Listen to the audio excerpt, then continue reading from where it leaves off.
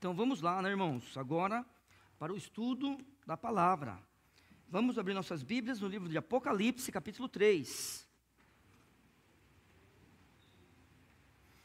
E nós estamos na penúltima carta, na sexta carta.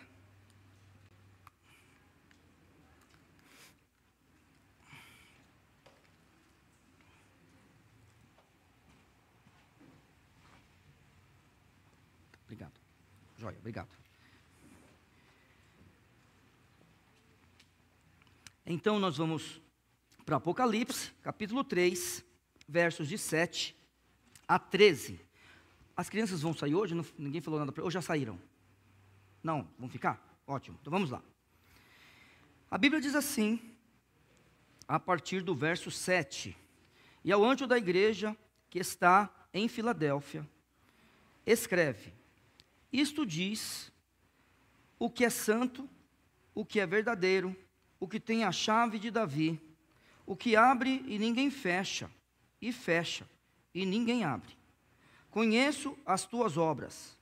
Eis que diante de ti pus uma porta aberta, e ninguém pode fechar, porque, tendo pouca força, guardaste a minha palavra, e não negaste o meu nome. Eis que eu farei aos da sinagoga de Satanás, aos que se dizem judeus e não são, mas mentem. Eis que eu farei que venham e adorem prostrados a teus pés. Saibam que eu te amo, e saibam que eu te amo. Como guardaste a palavra da minha paciência, também eu te guardarei da hora da tentação que há de vir sobre todo o mundo, para tentar os que habitam na terra. Eis que venho sem demora. Guarda o que tens, para que ninguém tome a tua coroa. A quem vencer, eu farei coluna no templo de meu Deus, e dele nunca sairá. E escreverei sobre ele o nome do meu Deus, e o nome da cidade do meu Deus, a nova Jerusalém, que desce do céu, do meu Deus, e também o meu novo nome. Quem tem ouvidos, ouça o que o Espírito diz às igrejas. Senhor nosso Deus e nosso Pai, mais uma vez dizemos obrigado por tudo que o Senhor faz por nós, ó Pai. E obrigado pela Tua palavra, especificamente agora. Obrigado por todas as Escrituras. Obrigado, Senhor Deus, por todo o cuidado em preservar a Bíblia e deixá-la aqui conosco. Abençoe, ó Senhor Deus, a todos nós e nos use, ó Senhor Deus, agora para a Tua glória. Aquele que vai falar e aqueles que vão ouvir. No nome de Cristo Jesus, o nosso Salvador. Amém. Então, irmãos, mais uma vez, estamos aqui diante de uma das cartas do Apocalipse. Quando nós estamos estudando as cartas, as 7 cartas do Apocalipse, o que nós precisamos buscar nelas? O que a gente precisa buscar? Fala aí para mim, por favor. A gente precisa do quê? A gente precisa... Vamos lá, vamos tentar, tá tudo certo que vocês estão falando. Mas a primeira coisa, vamos mudar a pergunta. A primeira coisa que a gente busca é o quê? Eu acho que vocês falaram uma descrição de Cristo, não foi isso? Foi, né? É a primeira coisa que a gente busca, vamos lá, uma descrição do Senhor Jesus. Bom, beleza, ótimo. Depois, um elogio. Depois, uma crítica, uma repreensão. E por último, promessa. Muito bem. Então a gente precisa buscar isso daqui, nessa carta, quando a gente vai ler. Porque esta é uma das cartas do Apocalipse, uma descrição do Senhor Jesus, um elogio que a igreja vai receber, uma crítica que a igreja vai receber e uma promessa. Vamos lá. Todas as cartas têm descrição do Senhor Jesus? Todas têm. Tá bom? Ótimo, muito bem. Todas as cartas têm promessa? Também tem. Toda a carta tem elogio? Nem toda, a maioria tem. Toda a carta tem crítica? Também não, né? Por exemplo, esta é uma carta que não tem crítica. Essa igreja aqui não é criticada pelo Senhor Jesus. Olha, irmãos, já pensou a gente estar nessa posição aqui? De não ser criticado? Que Deus tenha misericórdia de nós e nos ajude. e que a gente busque coisas para que a gente seja uma igreja como a igreja de Filadélfia. E ao anjo da igreja, como sempre tenho dito para você, o livro de Apocalipse é um livro também, né? É claro, ele é muita interpretação. E eu digo, irmãos, não creio que isso aqui a pessoa escreveu para um anjo, tá? Não creio. Se essa carta é para ser lida perante o povo, vamos lembrar, todo mundo era alfabetizado. Por exemplo, aqui, se não todo mundo, irmãos, sei lá, pouquíssimos não são alfabetizados, né? Mas nessa época aqui, nem todos, pouquíssimos eram alfabetizados. A carta precisa ser lida. Então, sempre digo aos irmãos, creio que o anjo da igreja é o presbítero ali, é o pastor ali, tá? E ele está em Filadélfia. Então, eu quero só dizer duas coisas sobre Filadélfia. Primeiro, esta igreja, ela sofre perseguição dos judeus. Então, daqui a pouco eu volto, mas de qualquer forma, quero ler parte do verso 9, para você entender o que eu falo. Eis que eu farei aos da sinagoga de Satanás, aos que se dizem judeus e não são, mas mentem. Então, olha só. Está vendo? Aquele povo nascido judeu, Deus o chama de sinagoga de Satanás. Aquele povo nascido judeu, não é chamado de judeu pelo Senhor Jesus. Este povo persegue essa igreja. Primeira coisa. Segunda coisa é que essa cidade, Filadélfia, ela sofre muitos terremotos. Então, é uma cidade muito insegura. Então, eu quero que você guarde essas duas coisas sobre Filadélfia, tá? É claro, a outra coisa é que ela faz parte das 7 igrejas que receberam a carta, e eu acho que isso já é bastante óbvio. Muito bem, então vamos lá.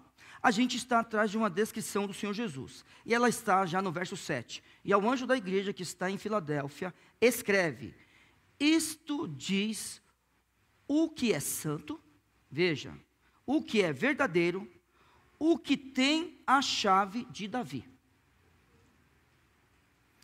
Irmãos, eu quero só dizer uma coisa. Todas as vezes que a gente vê uma descrição do Senhor Jesus, a gente busca essa descrição no capítulo 1. Se você for buscar esta descrição aqui, que o Senhor Jesus, quando é apresentado no capítulo 1 de Apocalipse, se você for buscar esta descrição, qual é a descrição? Que ele é santo, que ele é verdadeiro e que ele tem a chave de Davi, você não vai encontrar. O que é que nós encontramos no capítulo 1? Então, olha só, marque aí a sua Bíblia, vamos lá. Capítulo 1, no meu caso, é só virar uma página, no verso 18.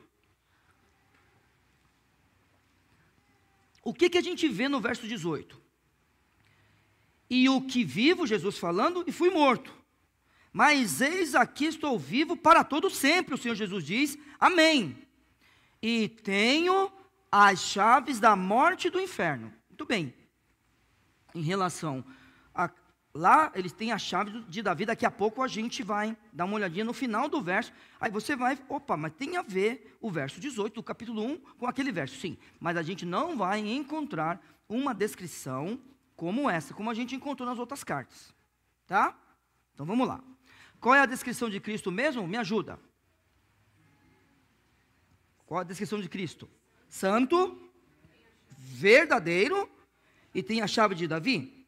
Olha só, está marcadinho aí, Apocalipse capítulo 3, capítulo 6, verso 10, a gente vai ver o Senhor Deus sendo chamado de santo e verdadeiro. Vamos lembrar, esta igreja ela é perseguida por quem? Pelos judeus. Então vamos lá, olha como é interessante isso daqui, a descrição do Senhor Jesus para essa igreja. Quando o livro de Apocalipse vai falar sobre Deus, ela fala assim, verso 10. Eu vou ler o verso 9 para você, para fazer mais sentido, tá? E havendo aberto o 5º selo, vi debaixo do altar as almas dos que foram mortos por amor da palavra de Deus, e por amor do testemunho que deram.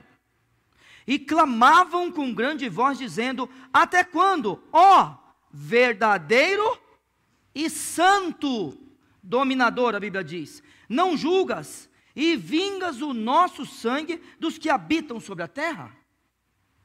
Então, Deus, ele é descrito no capítulo 6, verso 10, como santo e verdadeiro. Olha só, vamos para Isaías, capítulo 4, capítulo 1, o verso é o 4.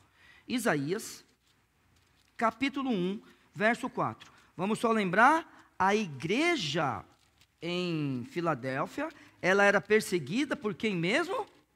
Pelos judeus. Como o Senhor Jesus é descrito a esta igreja, ele é santo. Então olha só, capítulo 1, verso 4, aqui de Isaías: ai, nação pecadora, povo carregado de iniquidade, descendência de malfeitores, filhos corruptores, deixaram ao Senhor, blasfemaram o Santo de Israel, voltaram para trás. O Senhor Jesus, ele é descrito como santo e verdadeiro. É claro que a segunda descrição aqui de que ele é verdadeiro, quando nós olhamos nesse contexto de ser uma igreja perseguida pelos judeus, fica um pouco mais difícil, mas a gente tem uma coisa a falar. Primeira coisa são as palavras do próprio Senhor Jesus Cristo. Vamos lá, João 14, 6. Temos visitantes aqui, não é para abrir a Bíblia. Não é para ninguém abrir a Bíblia. Temos visitantes aqui, e quando eu começar, a gente não vai parar. Quer ver? Topa! E disse Jesus: eu sou o caminho e a verdade e a vida, e ninguém vem ao Pai senão por mim. Claro que não. Para que abrir a Bíblia, se você sabe de cor? Certo? Então a gente sabe que o próprio Senhor Jesus diz que ele é a verdade. Então quando a Bíblia está dizendo aqui que ele é santo e verdadeiro para uma igreja perseguida pelos judeus, aí nós precisamos lembrar de uma coisa. Para o povo judeu, o Senhor Jesus, ele é o Messias? Sim ou não? Não. O povo judeu esperava o quê do Messias? Que ele viesse reinar, um libertador? Então ele esperava um líder político. E pode ficar tranquilo, esse líder político virá. Eles não querem? Virá. Tá? Capítulo 13 de Apocalipse. Olha, eu estou com esse negócio aqui, tem rabinho em mim ou não? Tem? Tem não, né? Pode andar, né? Tá, beleza. Porque Marola que briga comigo, e ela não está aqui hoje, mas eu tenho que ficar atento. Depois ela briga comigo. Vamos lembrar? Olha, o Senhor Jesus, ele não é o Messias para o povo judeu. Então, quando ele está afirmando aqui que ele é santo e verdadeiro, para uma igreja perseguida pelos judeus, o que ele está dizendo? Aqui está o Messias. Então, a descrição de Cristo, primeiro santo, depois verdadeiro, e agora o que tem a chave de Davi. É o seguinte, para nós, hoje não faz sentido esse negócio da chave. Mas eu não sei, vocês já assistiram uma série chamada Isabel? Não, nunca assistiram? É que lá tem a cena da entrega da chave para Fernando de Navarra. Já ouviram falar em Fernando de Navarra? Também não. Estamos mal, mãe? Mãe, estamos mal aqui, o pessoal não conhece Fernando de Navarra, nem Isabel de Castela. Mas tudo bem. Hã? Não, tem gente que conhece sim, é certeza. Não é possível que você não saiba quem é Isabel de Castela e Fernando de Navarra. Mas Fernando de Navarra conquista uma cidade lá. O povo, para não morrer, o que faz? Entrega a chave da cidade. É só uma representação. Pega e entrega a chave. É um negócio enorme. Entrega para Fernanda ali, é um negócio, é simbolismo. Ótimo. Olha só o que está escrito aqui. verso 7, e ao anjo da igreja que está em Filadélfia escreve, isto diz o que é santo, o que é verdadeiro, o que tem a chave de Davi. E aí ele diz, o que abre e ninguém fecha, e fecha e ninguém abre. Então, o Senhor Jesus, ele tem toda a autoridade, e não importa se você é judeu ou não, ele abre a porta para você que é judeu no coração e não é judeu na carne, mas fecha a porta para todo aquele que é judeu na carne, mas não é judeu no coração. Pronto. Ele tem toda a autoridade, porque além de ter a chave de Davi, que abre e fecha, o que ele abre, ninguém fecha, o que ele fecha, ninguém abre, no verso 18 do capítulo 1, na descrição de Cristo, aqui no capítulo 1, e o que vivo e fui morto, mas eis que estou vivo para todo sempre, amém, e tenho as chaves da morte e do inferno.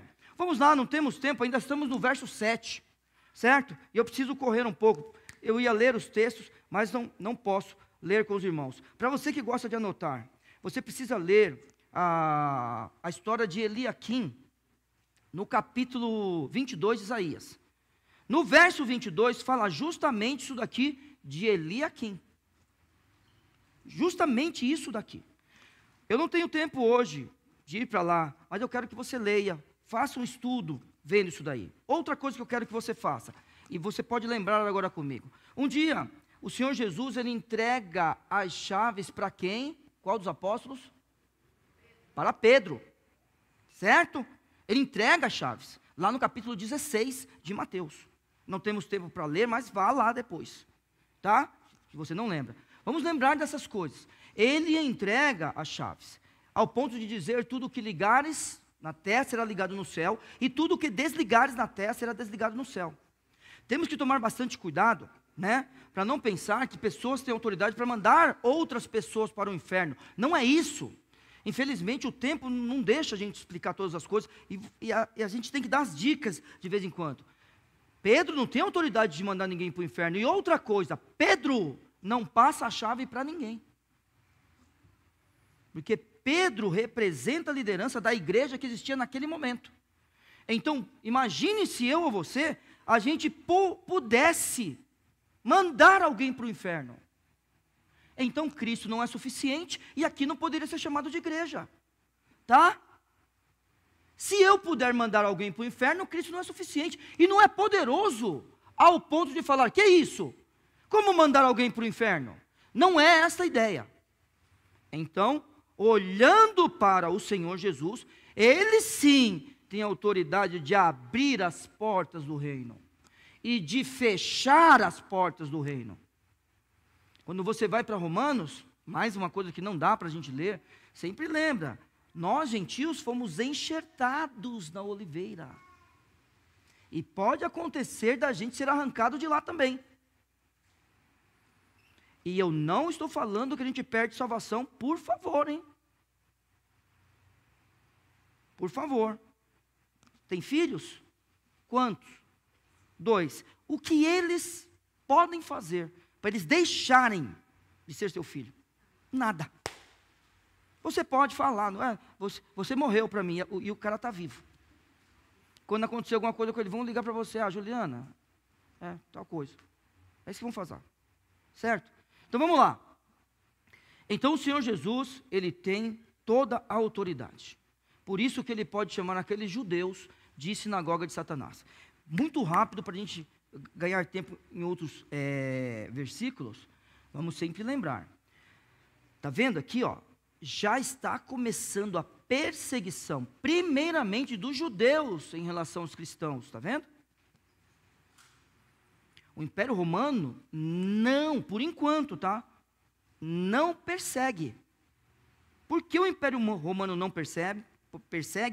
O Império Romano não persegue porque ele pensa que os cristãos são parte dos judeus. É uma seita dentro do judaísmo. Então o que eles fazem? Eles toleram. Como eles toleravam os judeus, eles toleravam os cristãos.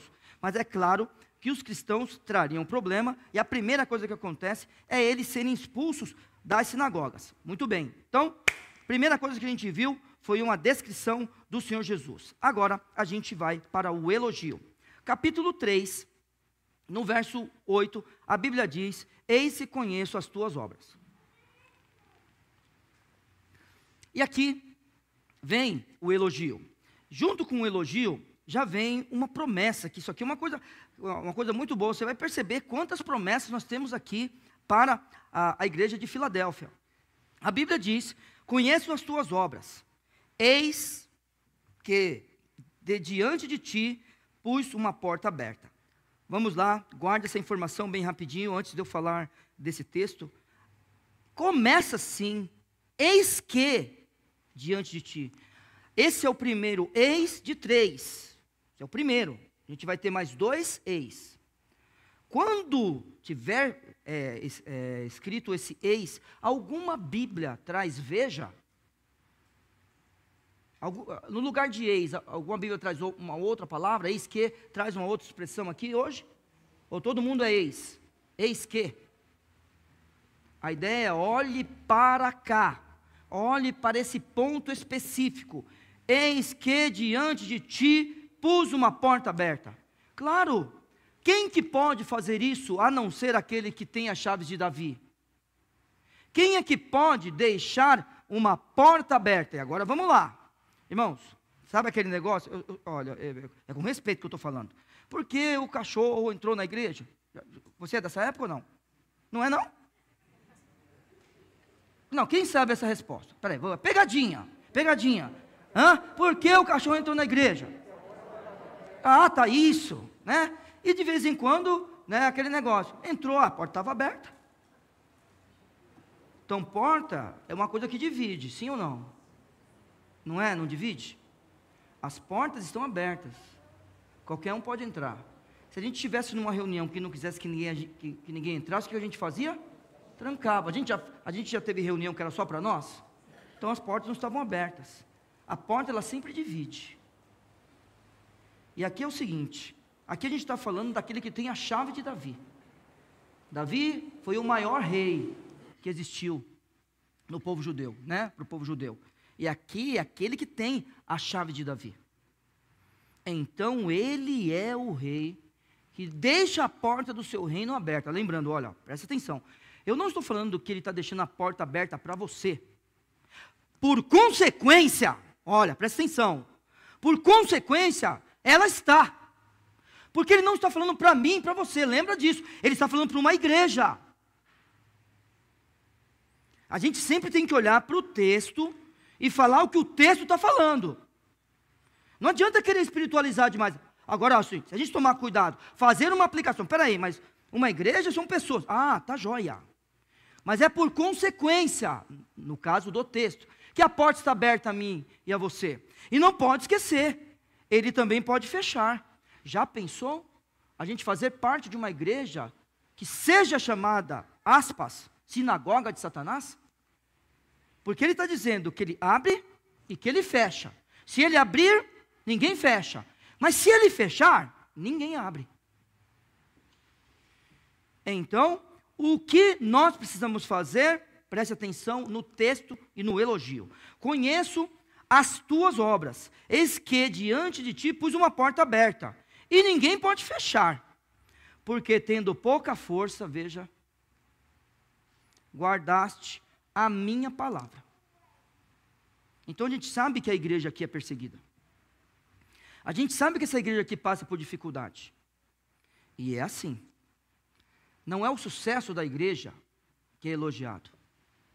O que é elogiado na igreja é sua perseverança. Então vamos lá. Qual é a característica do fiel? Lembra? Qual é a característica do fiel? Isso mesmo, perseverança. Essa é a característica do fiel.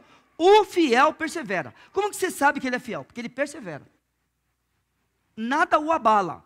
E quando abala, ele sabe onde é a rocha. Quando abala, ele sabe quem é o refúgio dele. Ele sabe direitinho quem ele serve. Então, guardaste a minha palavra. Você com pouca força, sabe o que você fez? Aquilo que eu determinei para o meu povo, você guardou.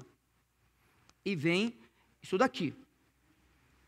Além da pouca força, na pouca força guardar a palavra, a Bíblia diz, e não negaste o meu nome. Irmãos, isso daqui, o meu tempo é curto, mas isso aqui eu vou ler. O meu tempo é curto, mas isso aqui eu vou ler. Nós temos que tomar cuidado. É assim. Neguei o nome de Cristo, perdi minha salvação. Mais uma vez eu digo, por favor, nada faz com que eu deixe de ser filho de Deus. Combinado? Ótimo. Vamos lá. Você lembra de alguém nas Escrituras que negou o nome de Cristo? Conhece ou não? Lembra ou não? Lembra, né? Pedro. Sim? Negou, não negou? Ele perdeu a salvação dele? Tá, joia. Foi para ele que foi entregue as chaves dos céus, a chave do reino dos céus. Tudo bem? Esse é o Senhor Jesus, a misericórdia dele. Tá? Tudo bem? Joia. Muito bem. Mas não é porque a gente não perde a salvação que alguém que não a tem,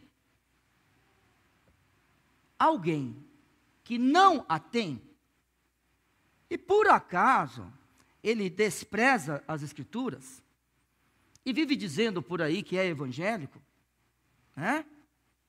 Que é cristão, com suas atitudes, só negam o Senhor. Eles negam, e sempre negam, com suas atitudes, com seus pensamentos, com as suas decisões. Eles negam o Senhor Jesus, e aí vão dizer, não, eu sou filho dele, porque todos são filhos. Não, vamos lá. Então, beleza. Eu sei que pode acontecer de eu negar, pode acontecer. Talvez eu tema um dia e negue. Isso aconteceu com Pedro. Cristo estava para morrer, e aquele homem temeu. Pronto.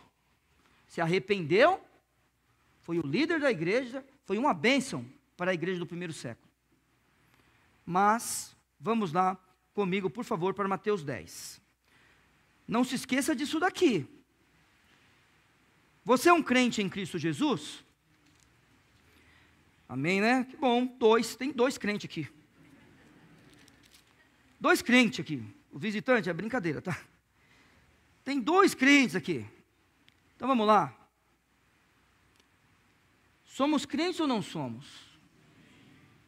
Então a Bíblia diz assim no verso 32 de Mateus 10. Portanto, qualquer que me confessar diante dos homens, eu o confessarei diante de meu Pai que está nos céus. Baseado no texto que a gente estava lendo, estava bom isso daqui. Mas eu quero ir um pouquinho para frente, eu quero ler o 33. Mas qualquer que me negar diante dos homens. Então preste atenção nisso daqui. Amanhã nós estaremos no nosso serviço. Amanhã estaremos, sei lá, no nosso colégio, faculdade, sei lá. Amanhã. Quando as pessoas olharem para nós, as nossas atitudes é de quem confessa Cristo diante dos homens ou nega o Senhor Jesus diante dos homens. É assim. Quer conhecer a pessoa? Quer conhecer a pessoa? Vai jogar bola com ela, sabe? Vai bater um fute com ela. Agora a gente está jogando vôlei também. Vai jogar um vôlei. Quer conhecer a pessoa? Quer conhecer a pessoa? Vê o quanto ela gosta de grana. Tá joia? Quer conhecer? Vai ver. Isso aí.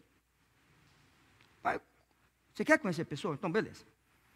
Joia. Vamos imaginar a gente aqui, ó. Como que a gente se comporta, né? Quando a gente está no futebol. Então, vamos lá. Neil ontem jogou. Ganhamos, hein? 4-3. Jogo bom, hein? Gostoso jogar. Se os irmãos da Igreja Batista de Vila São José estivessem na arquibancada, aí, no segundo tempo, o camisa 9 do time entrou.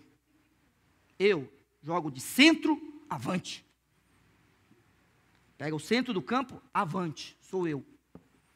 Quando me olhassem lá, é alguém que confessa o Senhor Jesus diante dos homens, ou quem nega. Pronto.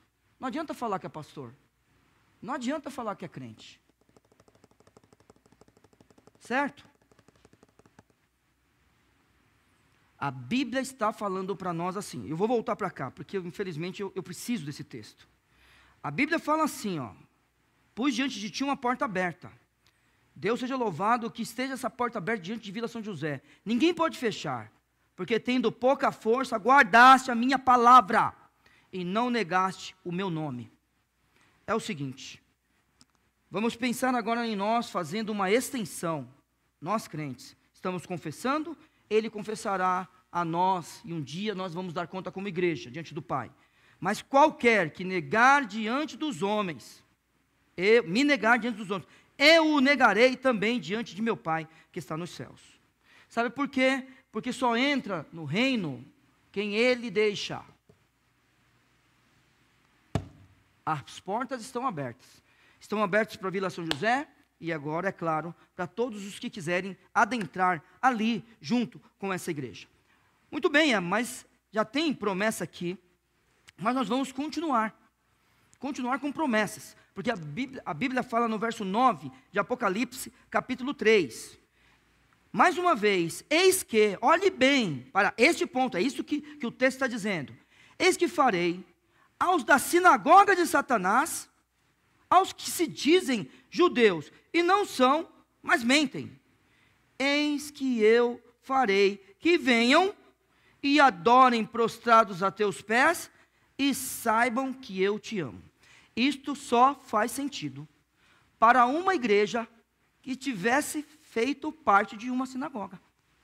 Isso não faz nenhum sentido para nós. Nós não somos uma igreja que fizemos parte de uma sinagoga. Por isso que aqui a gente tem que parar um pouquinho. Sabe o que está acontecendo aqui? O Senhor Jesus está invertendo uma promessa de cabeça para baixo. Ele inverteu completamente. Sabe por quê? Porque os judeus esperavam isso dos gentios. Por isso, irmãos, que vamos lá. O judeu, homem, ele carrega uma marca no seu corpo. Eu não vou falar dessa marca aqui, por motivos óbvios, tá bom? Mas, de repente, se você... mas que marca é essa? O nome da marca é circuncisão. Tá? Se você tem curiosidade, vá lá e estude. Ele traz a marca. Então, imagine o seguinte. Quando as pessoas iam tomar banho no primeiro século, não é que nem na nossa casa. Por exemplo, todo mundo tinha um chuveiro. Na verdade, ninguém tinha. Estou fazendo uma brincadeira, tá? Todo mundo tinha um local para ele tomar banho? Não, a resposta é não. Então, usavam os banhos públicos. Ao carregar a marca, qualquer homem judeu entra no banheiro, para os banhos públicos do primeiro século, alguém olha para ele e fala, é judeu. Todos aqueles que não eram judeus, os outros olhavam e sabiam, isso aí a gente não sabe o que é, mas não é judeu, porque o judeu carrega uma marca. Ótimo, carrega a marca no corpo. Mas olha só o que Cristo está fazendo aqui. Ele está dizendo que eles são sinagoga, no caso de Filadélfia, tá? Peraí. Tem mais uma igreja que é chamada disso. Esmirna. Rapidinho, vai lá comigo. Capítulo 2, verso 9, bem rapidinho. Conheça as tuas obras, e tribulação e pobreza, mas tu és rico. E a blasfêmias dos que se dizem judeus, e não são, mas são sinagoga de Satanás, tá bom? É outra igreja que era perseguida pelos judeus. Então é o seguinte, não importa dizer que é, não importa isso, porque o Senhor Jesus, Ele olha para o nosso coração. É crente? Então faça aquilo que o Senhor Jesus mandou. Porque é crente. Faça aquilo que o Senhor Jesus mandou. O judeu carrega a marca. O judeu é reconhecido por qualquer um que vê a marca, tá? Tudo bem? Que vê e outra coisa, né? Assim, o judeu tem o seu jeito de vestir, o judeu tem as suas comidas. Todo mundo olhava para ele, a sua forma de viver, a sua forma de relacionar com os outros. Não adianta. É um judeu. Tá? Todo mundo sabe. E o que o Senhor Jesus fala? Não é judeu. Porque Ele está olhando para o coração. E olha o que Ele faz. Ele inverte a promessa. Por favor, vamos comigo para Isaías. Vamos lá. Ó, deixa marcado aí, tá? Vamos para o capítulo 60.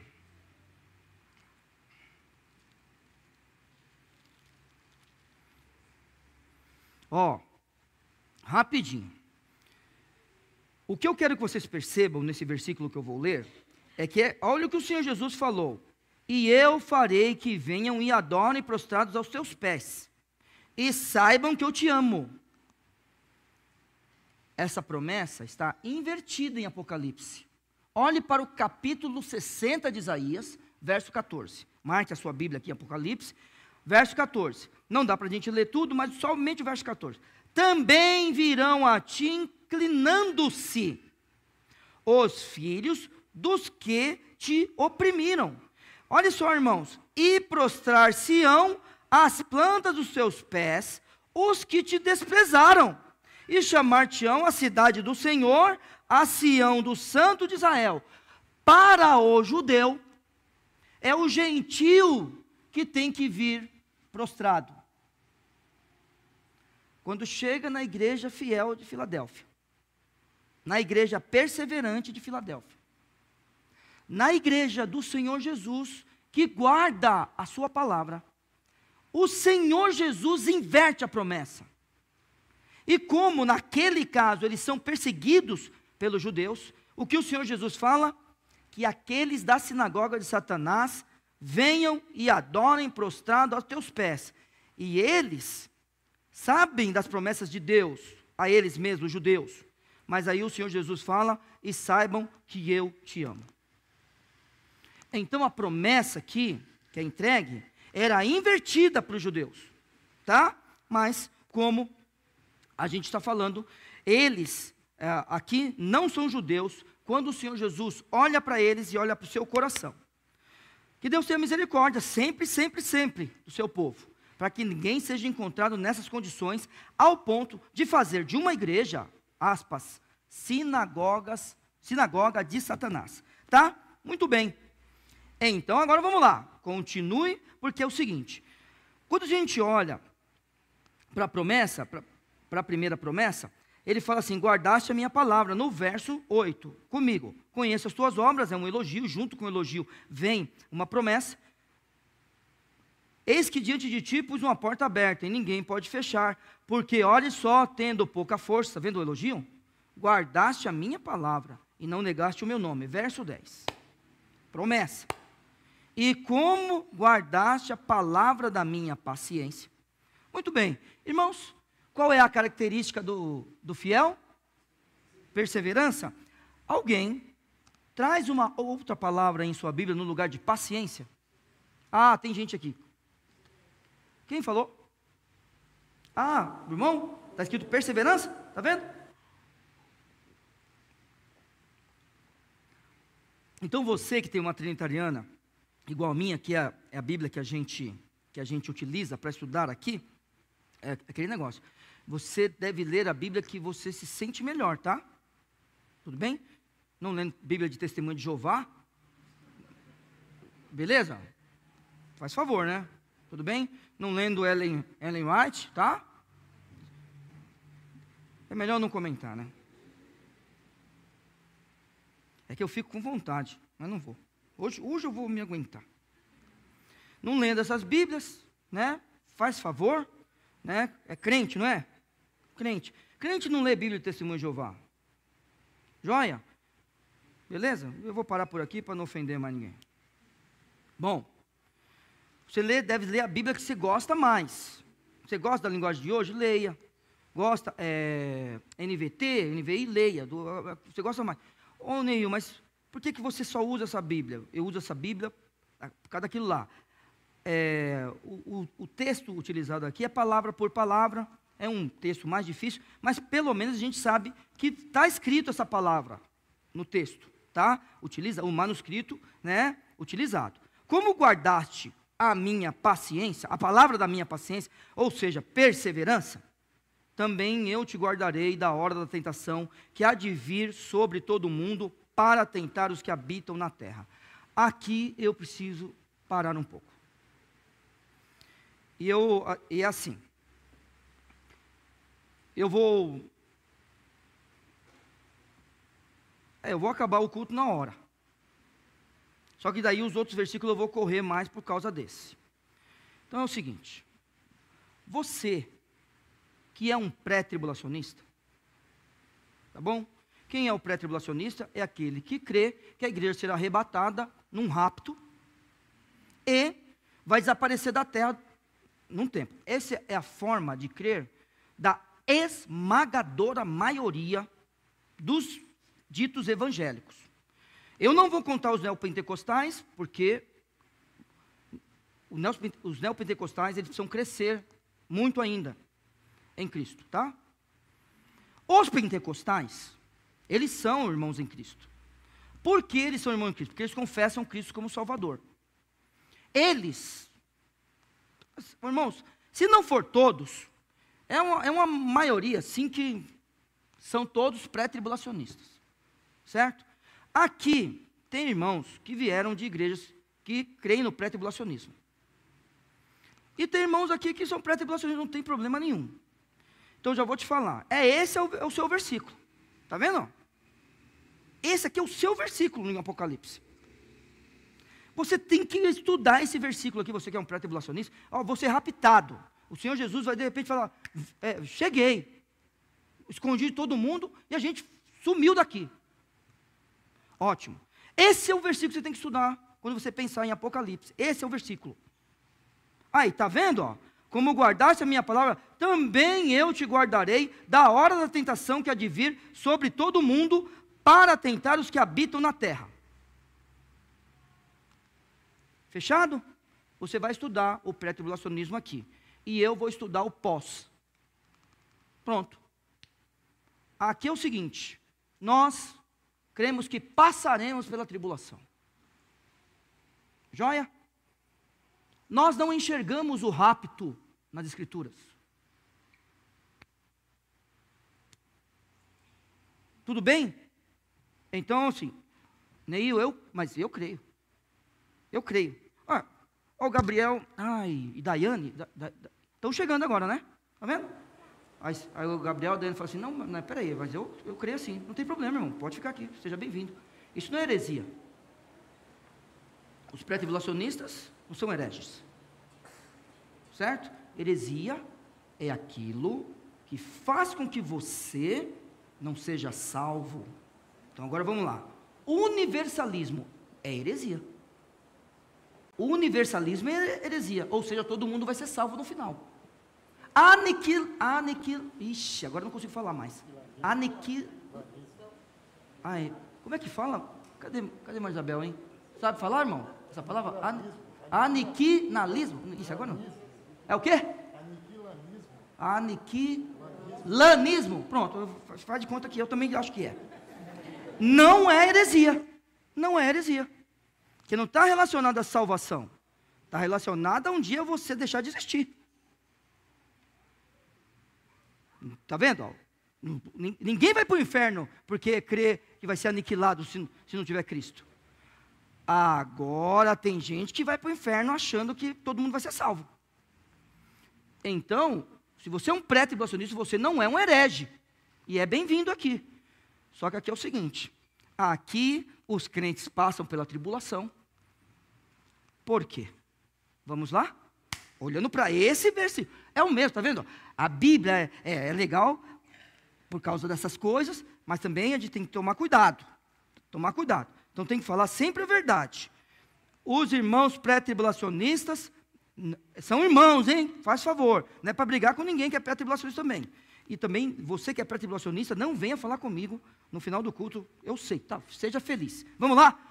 Aqui, ó. Como guardaste a palavra da minha paciência, também eu te guardarei. Isso não é livrar da. É em meio a ela. Agora vamos lá. Vamos? Eu vou te guardar da hora da tentação. Isso não é te livrar do momento de tentação. Isto é, em meio ao momento de tentação, eu vou cuidar de você. Essa é a ideia. E por que a gente vai crer nisso? Também eu te guardarei da hora da tentação que há de vir sobre todo o mundo. Então, olha só, isso aqui é escatologia pura na vida da igreja de Filadélfia.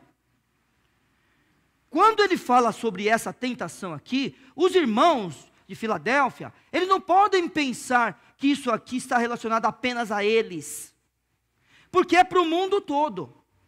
Só que daí tem uma chave que eu quero te dar agora para você ler Apocalipse.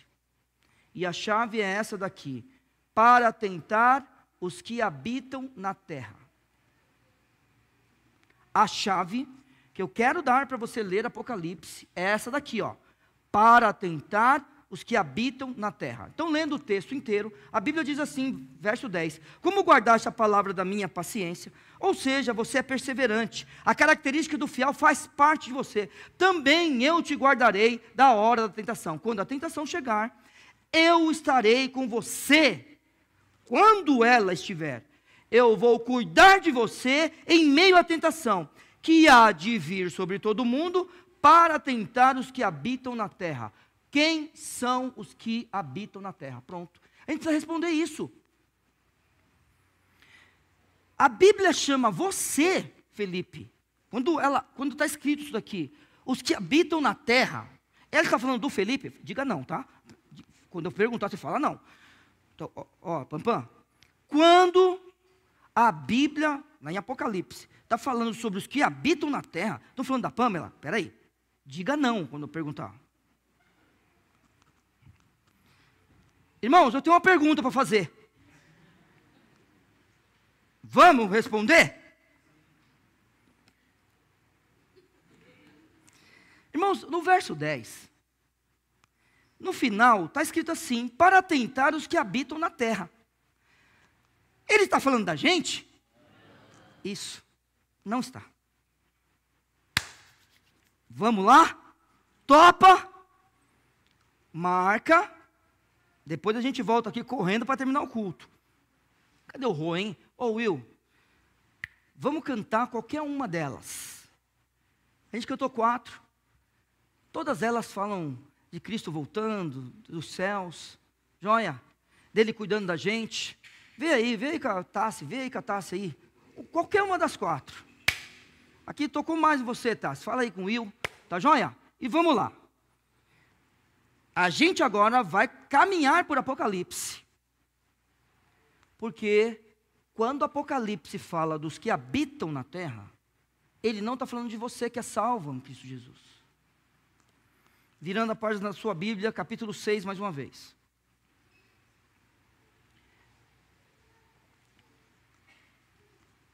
Verso 9. E havendo aberto o 5º selo, olha o que a Bíblia diz: vi debaixo do altar as almas dos que foram mortos por amor da palavra de Deus. É crente ou não? E por amor do testemunho que deram. Esses que estão clamando embaixo do altar, são crentes ou não? E o que eles clamam? E clamavam com grande voz, dizendo: até quando, ó verdadeiro e santo dominador, não julgas e vingas o nosso sangue dos que habitam sobre a terra? O crente vai pedir que seu sangue seja vingado dos outros crentes? Vamos continuar na leitura. Eu quero te dar uma chave bíblica para você ler Apocalipse.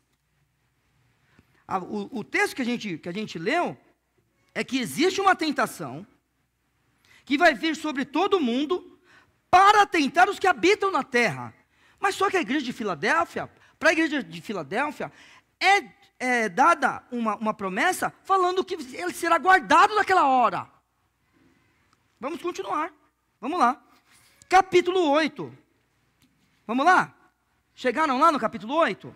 Verso 13. A Bíblia diz: e olhei, e ouvi um anjo voar pelo meio do céu, dizendo com grande voz: ai, ai, ai, dos que habitam sobre a terra, por causa das outras vozes, das trombetas, dos 3 anjos que estão para tocar. Muito bem, vamos lá, mais uma vez apareceu isso daqui. Está falando dos crentes? Não, irmãos. Vamos lá. Capítulo 11, verso 10. E os que habitam na terra se regozijaram sobre eles. São crentes louvando a Deus? Por favor, o que está escrito acima do verso 3 desse mesmo capítulo? Tem alguma coisa escrita na sua Bíblia? As 2 testemunhas. Eles estão se alegrando do quê? Vamos ler o texto? E os que habitam na terra se regozijaram sobre eles e se alegraram. Se regozijarão sobre eles e se alegrarão e mandarão presentes uns aos outros, porquanto esses 2 profetas tinham atormentado os que habitam sobre a terra. E sabe o que tinha acontecido? Eles morreram. Vamos lá? Verso 9. E homens de vários povos e tribos e línguas e nações verão seus corpos mortos. E os que habitam sobre a terra estavam alegres. Os que habitam sobre a terra, no livro de Apocalipse, está falando de nós? Não. Vamos lá? Capítulo 13, verso 8. O que está escrito acima do verso 1 na sua Bíblia? Capítulo 13, verso 1. A besta que sobe do mar. E o que está escrito acima do verso 11? A besta que sobe da terra. Verso 8. E adoraram-na. Adoraram quem? A besta que sobe do mar? E adoraram-na todos os que habitam sobre a terra. Não está falando de você, meu irmão. Você não vai adorar a besta. Então a Bíblia diz, e adoraram-na todos os que habitam sobre a terra. Esses cujos nomes não estão escritos no livro da vida do Cordeiro. Está falando de você. Já pensou, meu? Misericórdia, quando a gente lê esse texto. Não está falando de você, está falando do ímpio. A tentação, lá do capítulo 3, é sobre o ímpio, que foi morto desde a fundação do mundo, lendo o texto inteiro, e adoraram a todos os que habitam sobre a terra, esses cujos nomes estão escritos no livro da vida do Cordeiro, que foi morto desde a fundação do mundo. Verso 14, e engana os que habitam na terra, com sinais que lhe foi permitido que fizesse em presença da besta, dizendo aos que habitam na terra que fizessem uma imagem à besta, que tinha a ferida da espada e vivia. Pronto, não é sobre você. Deixa eu te dar mais um versículo, deixa eu ver aqui, 17, 8, tá? Eu não vou ler esse, você lê depois, vamos lá. Bom, então estamos aqui, vamos correr. Aí, o Senhor Jesus, vamos para o capítulo 3, então, verso 10, Ele vai guardar a igreja daquela tentação que virá sobre todo mundo, daqueles que habitam sobre a terra. Não é para você essa tentação. Verso 11, a Bíblia diz, eis que venho sem demora, o Senhor Jesus diz, guarda o que tens. Vamos lá, vamos lembrar, essa igreja tem muita coisa? O que você acha? Hein? O que você acha? Irmãos, a única coisa assim, de ruim, que para Deus não é ruim, mas para os outros pode ser, é que no verso 8 diz que tem pouca força. O restante, irmãos, é só elogio. É guardaste a minha palavra, tem uma porta aberta, é guardaste a palavra da paciência, não negaste o nome, é isso aí. São os judeus que virão prostrados em adoração. Só coisa boa.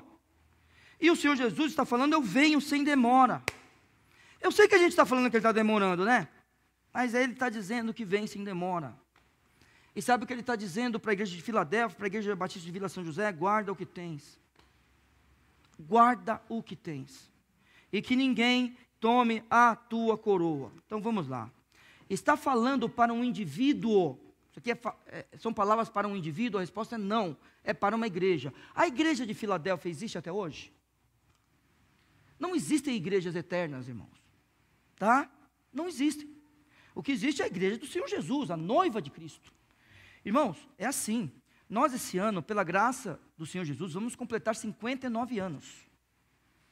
Pela misericórdia de Deus, completaremos 59 anos.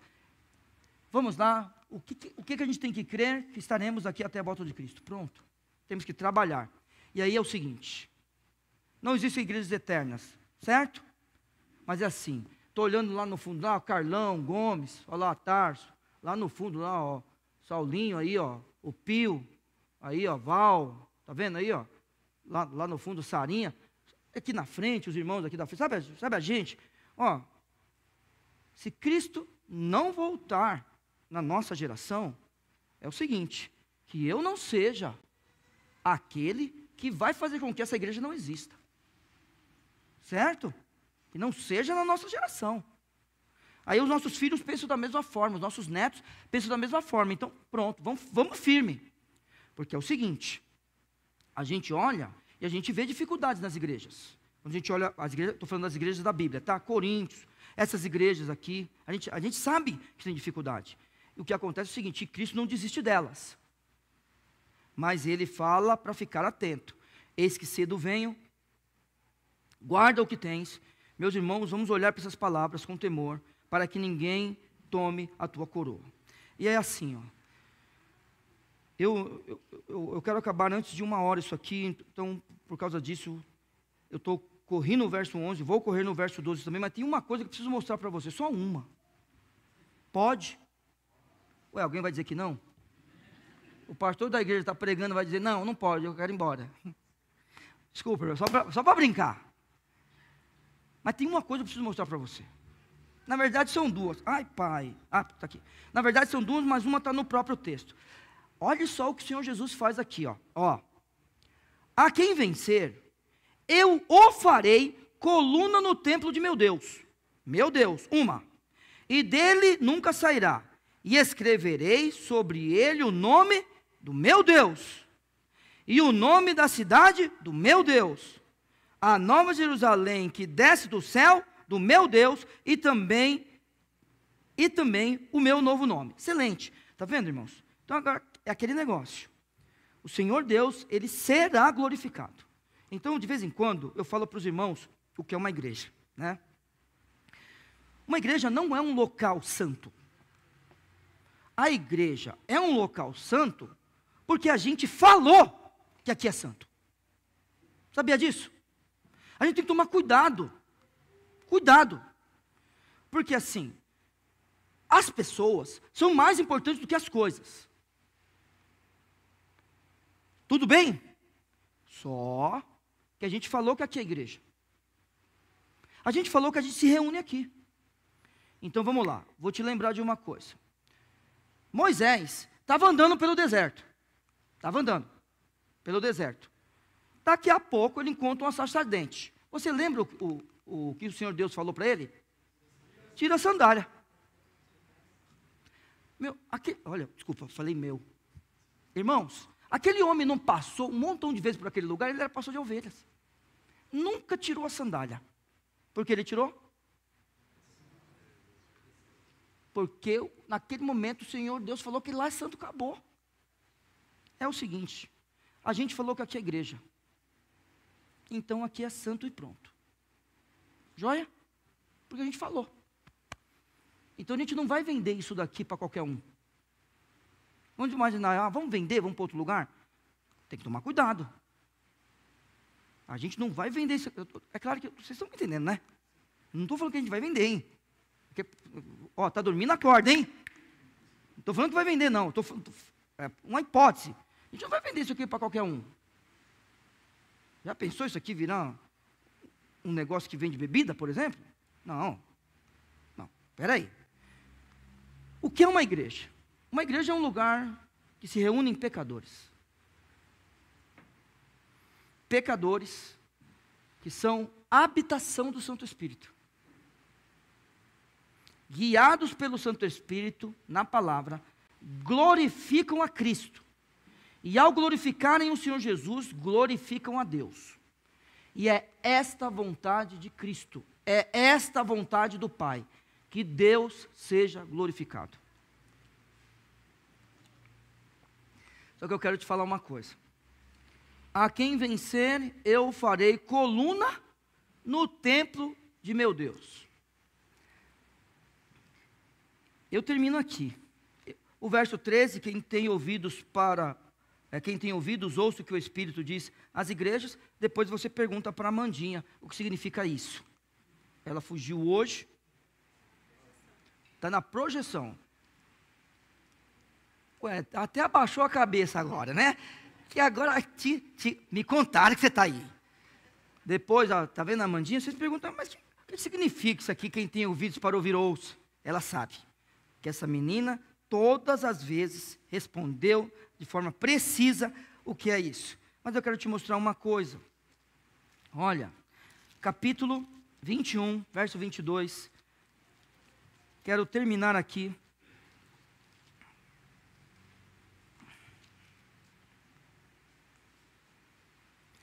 Lá na cidade, João diz, e nela não vi templo. Ué, a quem vencer, eu farei coluna no templo de meu Deus. Lá não tem templo. Então é uma coisa, eu já sabia que você sabia que você não ia ser coluna do jeito que a gente está acostumado a falar. Lá não tem templo. Verso 22, e nela não vi templo, porque o seu templo é o Senhor Deus Todo-Poderoso e o Cordeiro. Você vai ser coluna no templo do Senhor, porque você pode ter certeza que Ele cuidará de você. Não importa que você faça parte de uma igreja que está sendo perseguida pelos judeus. Você estará firme com Deus. Não importa se você faz parte de uma cidade onde existam muitos terremotos. Lembra que eu falei para você guardar isso? Lá, você estará firme nele. Deus te abençoe. Se hoje a palavra tocou no seu coração, entregue sua vida a Cristo. Volte para a igreja. Guarde a palavra do Senhor. Guarde a palavra de paciência do nosso Deus. Deus te abençoe bastante. Senhor, obrigado. Agradeço a Ti pela bênção, ó Senhor Deus, de sermos servos do Senhor e termos as Escrituras. Abençoe a Tua palavra pregada, que ela transforme os nossos corações. Nos encha, ó Senhor Deus, de sabedoria e nos dê condições de viver nessa terra, ó Senhor Deus, para a glória do Teu nome. Toque nos corações agora para a conversão e também, ó Senhor Deus, para a mudança de vida. No nome de Cristo, amém.